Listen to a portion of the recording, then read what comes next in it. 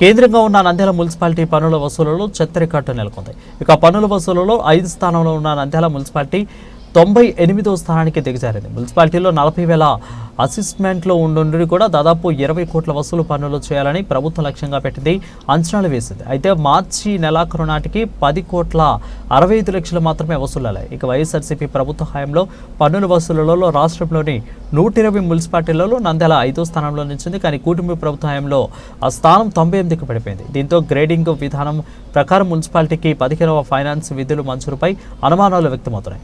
ఇక పన్నుల వసూలులో నిర్లక్ష్యం వహించిన రాజకీయ నేతలు సిఫార్సులకు తలవంచడంతో పన్నులు వసూలు భారీగా పడిపోయిందనే విమర్శలు వెలువెత్తుతున్నాయి.